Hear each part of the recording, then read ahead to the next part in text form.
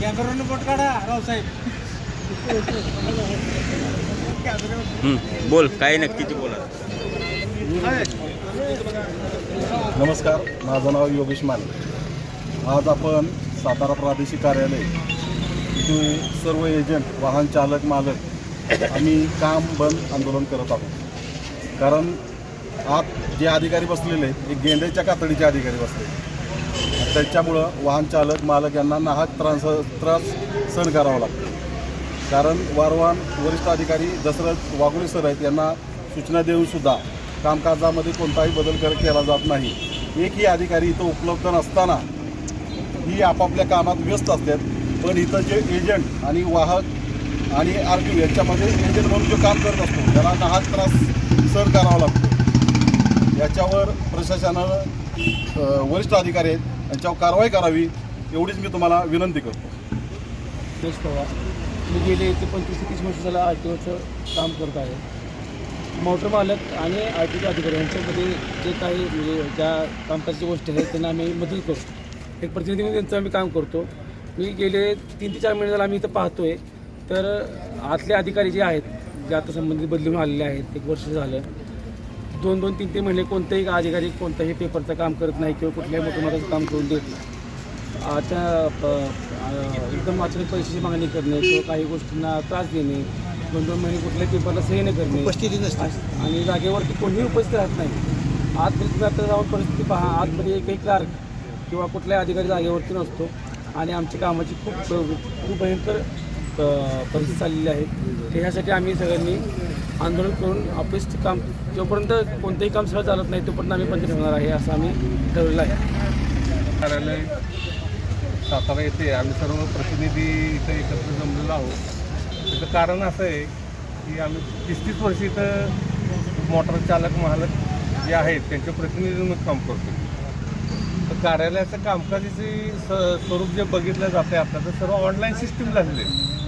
पण आता जे काही ऑफिसर्स इथं आलेले आहेत त्याच्या ऑलरेडी तक्रारी आहेत. पण विषय वाहन मालक, चालक यांच्यामध्ये आम्ही दुवा आहे. आम्ही लोकांची इथं कामं करून देतो. इथे त्याचा मोबदला म्हणून लोक आम्हाला काय असेल ते चार्जेस देतात.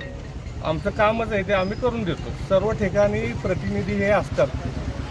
तुम्ही कोर्टात गेला तर तिथं प्रतिनिधी आहेत, LIC मध्ये गेला तर तिथं प्रतिनिधी आहेत, डॉक्टरला कंपाऊंडर प्रतिनिधी आहे. आम्ही सर्व प्रतिनिधी आहेत. वाहन मालक, चालक लोकांना काही कळत नाही पेपर्समधलं.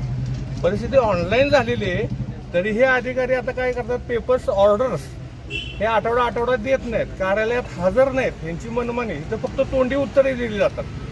सर्व डॉक्युमेंट्स हे आत्ताच्या परिस्थितीत सर्व अपलोड केलेले असतात. ते तिथं डिटेल्स दिसतात. आज 15 दिवस झाले लोकांचे ड्रायव्हिंग स्कूलचे रिन्यूचे लायसन्स पडून आहेत. एखाद्याचा जर अपघात झाला तर ह्याला जबाबदार कोण राहणार आहे?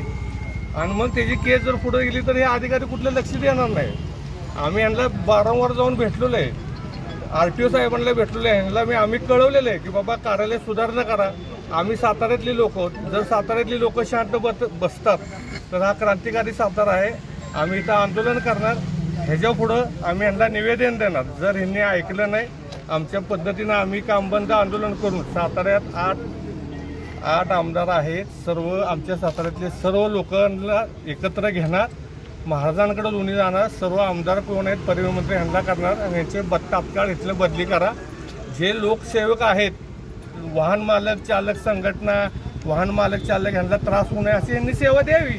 आमची एवढीच इच्छा आहे. ह्यांनी कामकाज लोकांना व्यवस्थित करून द्यावं. लायसन असेल, कुठले असेल, काही आमचं ह्यात मागणं नाही. पण अडवणूक जर होत असेल काही गोष्टीसाठी तर ते आम्ही काय सहन करायचे? आम्हीच आमच्या लोकांना त्रास दिले का झाले आणि प्रतिनिधी बदनाम होतो यात कारण नसताना. जो तो उठतोय प्रतिनिधीला बदनाम करतोय. आमचं काम एक आहे, शासन आणि वाहन मालक यांच्यामधले आम्ही दुवा आहे. हे आमचं काम आहे आणि ते करतोय. हे सगळीकडेच आहे. पण प्रतिनिधीला बदनाम करतो. आता 2 दिवसाने हे डिक्लेरेशन तुम्हाला असं देतात की या ऑफिसमध्ये इथं कोण एजंट ठेवले नाहीत, डायरेक्ट येऊन काम करून दाखवा. त्यांनी करून दाखवावं. जर प्रतिनिधीला जर अडथळा येतोय, बाकीच्या गोष्टी ह्यांना पुरवल्या, आमचीच कामं होणार तर लोकांची काय होणार, जनतेची काम? तर ह्या संदर्भात आम्ही 2 दिवस यांची वाट बघणार. यांनी जर सुरळीतपणा आणला नाही तर आम्ही वरिष्ठांना कळवणार आहे, आयुक्तांना कळवू आणि यांची तात्काळ बदली इथून करा. सातारा जिल्ह्यातल्या सर्व वाहन मालकांना यातनं कुठेतरी एक दिलासा मिळावा.